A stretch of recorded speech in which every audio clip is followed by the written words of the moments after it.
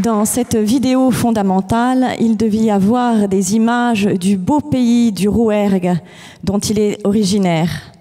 Philosophe, écrivain, Rémi Soulier a écrit de nombreux livres dont le dernier, Assignation, a paru en 2018. Il est aussi collaborateur de la revue Éléments et dirige l'émission Le Monde de la Philosophie sur Radio Courtoisie. Il va maintenant évoquer pour vous le regard des Grecs sur la nature. Je vous demande d'accueillir Rémi Soulier.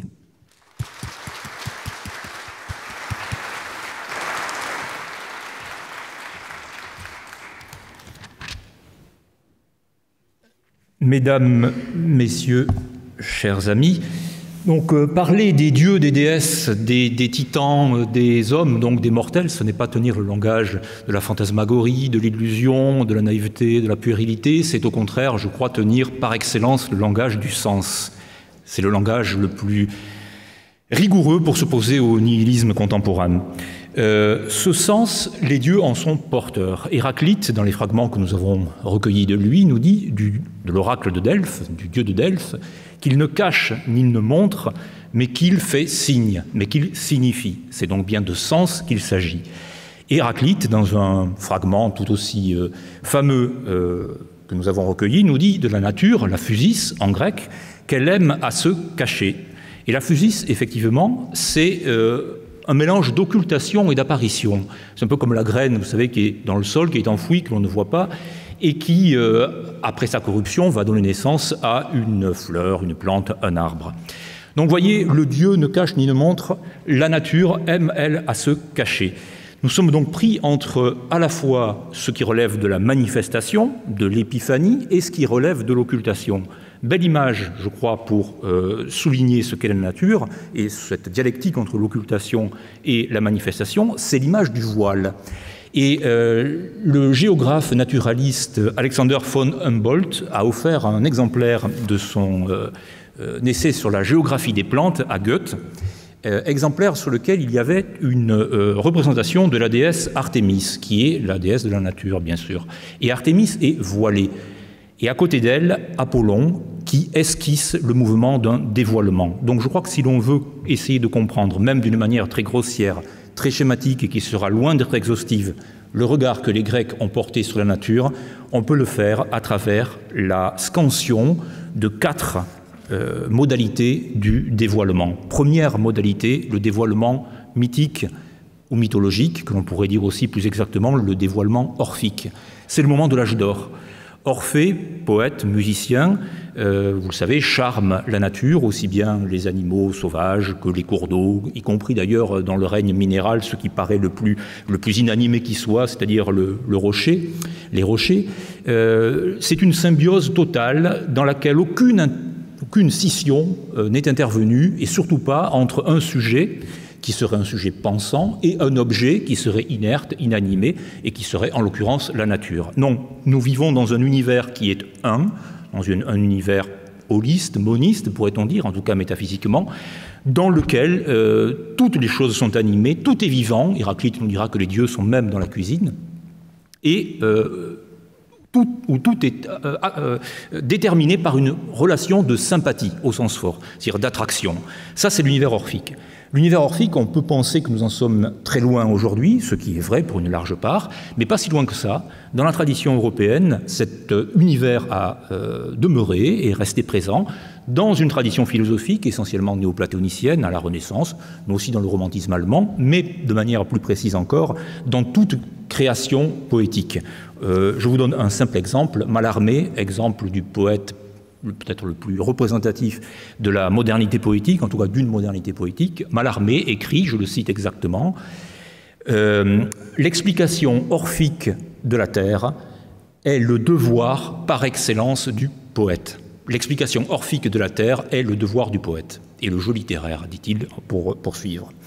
Deuxième dévoilement grec de la nature, donc d'Artémis, de la physis, c'est le moment de ce que nous appelons les présocratiques ou les antésocratiques. Aristote les appelle de manière significative les physiologues ou les physiologiens. Vous entendez bien sûr la physis. On s'éloigne un peu de l'univers mythique. Ils sont à la recherche non pas tant des causes de l'existence de la nature, de cette apparition, de cette épiphanie de la physis, que de ce qu'ils appellent son principe. L'arché en grec. L'arché, c'est le principe, c'est le commencement en tant qu'il est un commandement. Et cet arché, les présocratiques vont le voir dans les 4 éléments, l'eau, l'air, la terre, le feu. Et pour Empédocle, un 5e élément qui est l'éther, qui est le plus subtil, qui rassemble les 4. Alors, je n'ai pas le détail, enfin pour Thalès, c'est l'eau, bien sûr, pour Héraclite, c'est le feu. Pour Anaximandre, c'est l'infini, l'illimité. Pour Anaxagore, c'est l'air, enfin bon, peu importe. Et puis, c'est également, parmi les présocratiques, l'atome. Pas au sens où nous l'entendons scientifiquement de manière moderne, mais au sens où l'atome serait une particule postulée, à l'époque évidemment pas observée, une particule élémentaire originelle de la nature qui se meut dans le vide et dont un certain nombre d'interactions font que la nature elle-même et ses différentes modalités d'exposition, d'expression, germent. Ça c'est Leucippe et Démocrite. C'est donc le deuxième dévoilement grec de la nature.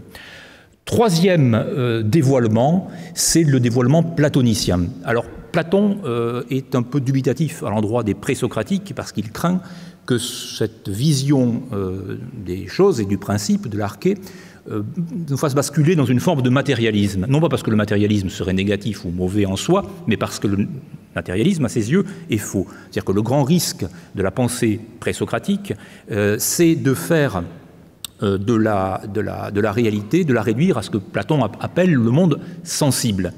Or, pour lui, et c'est le cœur de sa critique des présocratiques, pour lui, le monde sensible, s'il était livré à lui-même, s'il n'était pas mu par une forme d'intelligibilité, serait chaotique, donnerait naissance à du chaos, à diverses formes d'irrationalité.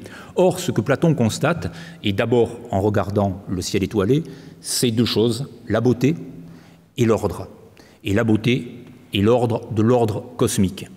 Et donc ce qu'il va opposer aux présocratiques et à cette pente qu'il juge dangereuse d'une forme de matérialisme et de domination du sensible, au-delà même de la manifestation de cet ordre, de cette beauté, dans les luminaires, dans les luminaires, le soleil, la lune, qui sont eux-mêmes divins, mais aussi par leur forme, le cercle, la sphère, qui est elle-même divine, ce qu'il va opposer, c'est l'idée même d'ordre et l'idée même de beauté, dont la manifestation de la nature, la manifestation sensible, témoigne. Donc plus réel encore que la matérialité, la sensibilité, l'idée d'ordre et l'idée de beauté, et par suite l'idée qui préside à toutes les manifestations du sensible. Platon n'est pas véritablement dualiste, enfin en tout cas le dernier Platon ne l'est pas. Je crois que ce serait vain d'opposer chez lui l'ordre intelligible et l'ordre sensible. Les deux sont parfaitement, enfin je crois, ça se démontre en tout cas, sont parfaitement liés. Quatrième dévoilement qui va nous introduire déjà à une forme de modernité, c'est le moment aristotélicien. Aristote va lui séparer de Platon, parce que précisément lui juge qu'il faut partir non pas de l'idée d'ordre et de beauté, mais de ce qui est, de ce qui se manifeste, donc de l'ordre sensible. Et Platon va nous introduire dans ce mouvement dans lequel nous sommes encore, bien que la théorie de la relativité et la physique quantique nous sortent de ce modèle mécaniste du monde, mais c'est lui véritablement, Aristote, qui va nous faire entrer dans cette vision non plus de la quête d'un principe, mais de la quête des causes. Et Aristote est véritablement le penseur de la cause. Autrement, il en détermine 4, la cause matérielle, la cause motrice, la cause formelle et la cause finale. Ce n'est pas véritablement encore un mécaniciste, ce n'est pas un homme de l'horlogerie cosmique, puisque la cause finale, pour lui, domine sur les autres causes. Néanmoins, le raisonnement est là, le raisonnement est placé. Et ce raisonnement-là va nous amener peu à peu à poser, c'est ce que fait Aristote lui-même, à poser l'idée que lorsqu'on a descendu infiniment la chaîne des causes, on est obligé de poser l'existence d'une cause incausée. Lorsque l'on a descendu la chaîne du mouvement, on est obligé de postuler, là encore, un premier moteur non mu. C'est le dieu de la scolastique déjà. C'est le dieu dont Heidegger dira qu'il est réduit à l'étang suprême. Et c'est là où nous en sommes toujours, hein, dans cette modalité de la causalité, c'est-à-dire que, et c'est la grande critique heideggerienne qui est tout à fait, je crois, justifiée, c'est-à-dire que ce raisonnement-là nous fait perdre véritablement le sens de l'être. Alors ce n'est pas le cas d'Aristote encore, mais c'est ce qu'Aristote va permettre. Et vous voyez que la situation dans laquelle nous sommes, la situation moderne dans laquelle nous sommes, la situation cartésienne, celle qui va poser un sujet et un objet, et qui va autoriser toute espèce de manipulation, y compris de manipulation génétique, y compris la vivisection, ce sont les animaux-machines de Descartes. Tout ceci est à la base n'a été rendu possible que par cette scission-là. Je vous donne simplement un exemple. Alors que Apollon, dévoilant Artémis, voulait en contempler la beauté et les arcanes également, mais la beauté, ce n'est pas du tout donc une prédation, c'est encore moins un viol. La modernité va raisonner de manière tout à fait différente. Elle va manipuler. Et voici ce qu'écrit Bacon, qui est un des grands penseurs de la modernité scientifique. Les secrets de la nature, parler des arcanes, les secrets de la nature se révèlent plutôt sous la torture des expériences que lorsqu'ils suivent leur cours naturel. Vous voyez, nous avons basculé, nous sommes passés à un monde qui est bien différent.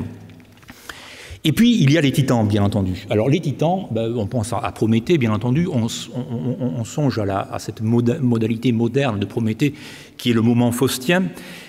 Prométhée, oui, lui aussi est grec. Hein. Prométhée, c'est une possibilité qui était ancrée dans la possibilité grecque elle-même. Vous voyez que le mouvement de Prométhée, qui consiste à arracher le feu de la foudre de Zeus, c'est un mouvement que l'on ne peut pas véritablement assimiler à un viol, mais c'est au moins un vol. Et c'est une forme de viol aussi, parce que c'est quand même une violation de l'enceinte de l'Olympe, à laquelle il n'était pas autorisé à pénétrer pour le coup. Donc on entre avec Prométhée, avec l'ère des Titans, avec cette possibilité-là, qui était en germe dans l'âme grecque, on entre dans un autre régime de l'esprit. C'est celui précisément de la démesure et de ce que les Grecs appellent l'hubris. Et il y a, je crois que c'est assez révélateur pour aller là encore très très vite, il y a un exemple tout à fait choisi pour comprendre ce qu'est le titanisme moderne, c'est précisément l'exemple du Titanic. Le bien nommé Titanic. Un écrivain américain, Morgan Robertson, a publié en 1898 un livre dont le titre original anglais est Futility, que l'on a traduit en français par Le naufrage du Titan. C'est un livre prémonitoire, il a été publié 12 ans avant le naufrage du Titanic, le naufrage du Titan. C'est très curieux parce que Morgan Robertson décrit le naufrage au mois d'avril d'un paquebot qui s'appelle le Titan, où périssent un grand nombre de passagers, faute d'un nombre suffisant de chaloupes. Enfin bon, le drame là est posé de manière un peu étrange et prémonitoire par Morgan Robertson. Et voici ce qu'écrit Julius Evola dans Révolte contre le monde moderne à propos du Titanic précisément. C'était la plus grande embarcation voguant sur les flots et la plus prestigieuse création de l'homme. La plus prestigieuse création de l'homme. L'homme seul, sans les dieux. L'homme autocréateur. Toutes les sciences et tous les corps de métier connus, scientisme et technique, de notre civilisation. On dirait, dans un contexte germanique, que la civilisation s'oppose à la culture, bien entendu. La civilisation, c'est le mécanicisme, c'est la mécanisation, par opposition à la culture, qui est beaucoup plus proche, évidemment, de la physis. Toutes les sciences et tous les corps de métier connus de notre civilisation avaient contribué à sa construction et assuraient sa maintenance. Donc là encore, la technologie, le règne de l'ingénieur. Insubmersible, indestructible, il transportait le nombre minimum de chaloupes qu'exigeait la loi.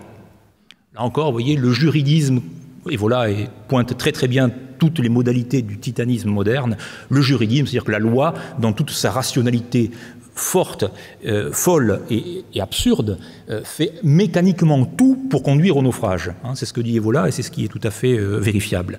En accomplissant le destin qui est le sien, toute cette civilisation de titans, de métropoles d'acier et de béton, de masses tentaculaires et sans style, de formules algébriques et de machines emprisonnant les forces de la matière, de dominateurs de cieux et d'océans, toute cette civilisation apparaîtra comme un monde qui vacille sur son orbite et tente à s'en détacher pour s'éloigner puis se perdre définitivement dans un espace où ne brille d'autre lumière que celle sinistre née de l'accélération de sa propre chute. Cette chute-là, c'est ce que les modernes appellent le progrès. C'est très exactement la description de l'idéologie progressiste. Donc le titanisme, c'est à la fois une manifestation de gigantisme et de démesure. Nous sommes donc confrontés aujourd'hui à une nouvelle titanomachie, à une nouvelle gigantomachie, ce qui n'a rien pour nous surprendre dès lors que l'on est un peu familier des pensées de l'éternel retour et des pensées cycliques.